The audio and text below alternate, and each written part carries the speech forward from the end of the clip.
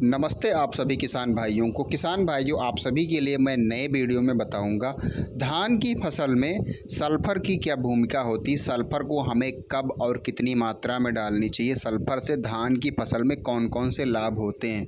किसान भाइयों, अधिकतर किसान भाइयों के धान जिन्होंने शुरुआती दौर में लगभग 2 महीने जिनकी धान की रोपाई का समय हो गया है, उनमें क्या होता है, बाली आने का समय हो गया है, क्योंकि उनकी धान की जो ग्रोथ है, वृद्धि विकास है, कल्लों का फुटाव है, वह सारी स्थिति अब कंप्लीट हो चुकी है।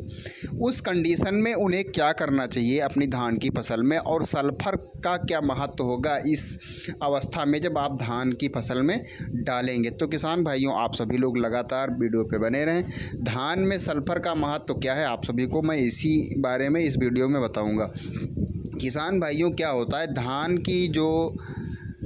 फसल है उसमें जब फास्ट रोपाई की जाती है, लगभग जिनका 2 महीने से ऊपर का रोपाई का धान हो गया है, उनकी जो वृद्धि विकास की दर है वह अब कंप्लीट हो चुकी है। कल्लों का फुटाव अब उनकी धान में नहीं होगा लगभग, क्योंकि इतना अच्छा कल्लों का फुटाव आप सभी की फसल में हो चुका है जिन्होंने फास्ट खेती की है, धान की रोपाई की थी।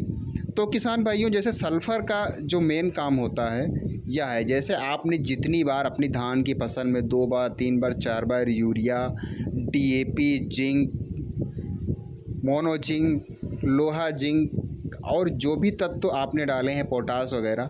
उन तत्वों का जो मिश्रण है जितना जड़ों में चाहिए उतना तो उन पौधे की जो जड़ें हैं वह ले लेती हैं, फसल में जितना उसका उपयोग होता है वह ले लेता है। बाकी शेष जो तत्व हैं वह ज़मीन में हमारे पड़े रह जाते हैं। तो क्या होता है, जब धान लगभग 2 महीने के आसपास रोपाई का हो जाए,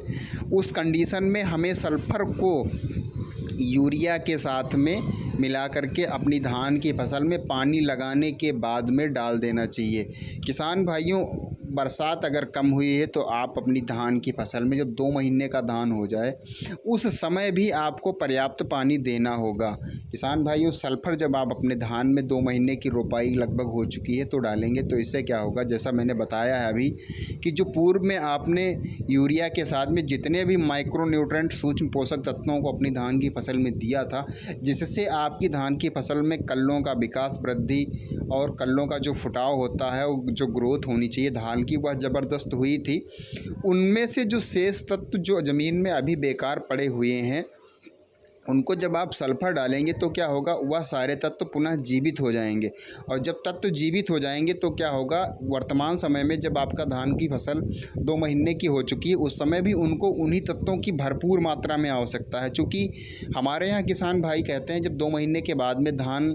हो जाता है तो उसमें क्या होता है, धान में गाला आता है। जैसे क्या होता है, धान की जो बालियां हैं उनके बनने का नमूना स्टार्ट हो जाता है। तो उस कंडीशन में जब हम सल्फ़र डालते हैं और यूरिया डालते हैं तो क्या होता है, एकदम से बाली आने का जो प्रारूप बनता है, नमूना बनता है, वह पूरे धान के जितने भी पौधे होते हैं सब में एक साथ हो जाता है। इससे क्या होता है, जब बालियाँ धान में आना स्टार्ट करती हैं तो एक साथ बाली आती हैं और उन बालियों में जो दाना आता है वह बहुत ही चमकीना और मजबूत होता है।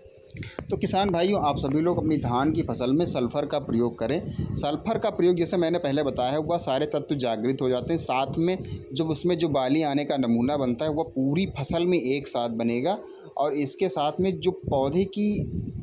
ग्रोथ है, जैसे धान में जब गाला आता है, जो पौधे में बाली निकलने की स्टेज बनती है, अवस्था होती है, तो क्या होता है, उस समय उनको प्रचुर मात्रा में न्यूट्रिएंट्स की ज़रूरत होती है। तो आप सल्फ़र जो डालते हैं, तो जो पूर्व में मैंने बताया है, जो आपने डाला है micro nutrient, zinc sulphate, phosphate,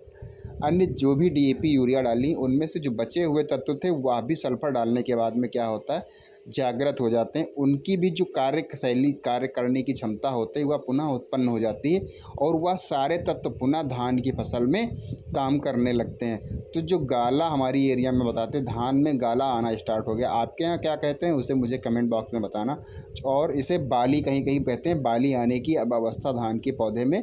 होने लगी है। तो किसान भाइयों, इस समय जब आप सल्फ़र डालेंगे तो पूरे खेत में क्या होगा, एक साथ में बालियां आएंगी और बाली आने के बाद में जो धान में की जो बालियां होती हैं, इसमें जो दाना बनता है, उस दाने का जो वज़न होगा वह बहुत ही लाजवाब होगा और दाने की जो लंबाई है वह भी अच्छी होगी और दाना बिल्कुल ठोस होगा। तो धान के जब दाने ठोस होंगे तो उत्पादन दर बहुत ही अच्छी होती है। किसान भाइयों, इसीलिए मैं कहता हूँ धान में आप सभी लोग सल्फ़र का प्रयोग अवश्य करें। सल्फ़र के प्रयोग से क्या होता है, पौधे में पीलापन बिल्कुल नहीं आएगा और पौधे की जो जड़ें हैं वह भी मजबूत रहती हैं लास्ट तक। कभी कभी क्या होता है, कटाई से 10-15 दिन पूर्व ही बरसात हो जाती है, हवाएं तेज़ चलती हैं, तो जब आप सल्फ़र का प्रयोग किए होंगे तो आपकी धान जो फसल है आपकी वह गिरने लगती है, वह नहीं होगी। एक बात किसान भाइयों और भी ध्यान में रखना है, जब धान में बाली आने की अवस्था होती है उस समय पर्याप्त पानी भी होना चाहिए खेत में। और अगर आप समय से पानी लगा देंगे अपनी धान की फसल में और उसी के साथ में यूरिया और सल्फ़र को अगर अपने धान की फसल में दे देंगे तो इससे क्या होता है, जो कभी कभी ऐसी स्टेज में बहुत से किसान भाई समय से पानी नहीं दे पाते हैं, यूरिया नहीं दे पाते, तो क्या होता है 10-10 बालियाँ, कहीं 4 पौधों में यहाँ बालियाँ हैं, 10 पौधों में वहाँ हैं, 20 पौधों में वहाँ हैं, तो ये टुकड़ों में खेत में बालियाँ आना स्टार्ट होती हैं। अगर आपने पानी दे दिया समय से, यूरिया दे दी और सल्फ़र मिला करके ये चीज़ें अगर आप अपने खेत में दे देंगे तो क्या होगा, पूरे खेत में एक साथ एक जैसी बाली आएगी। तो किसान भाइयों, जब अच्छी बालियाँ एक साथ में आएंगी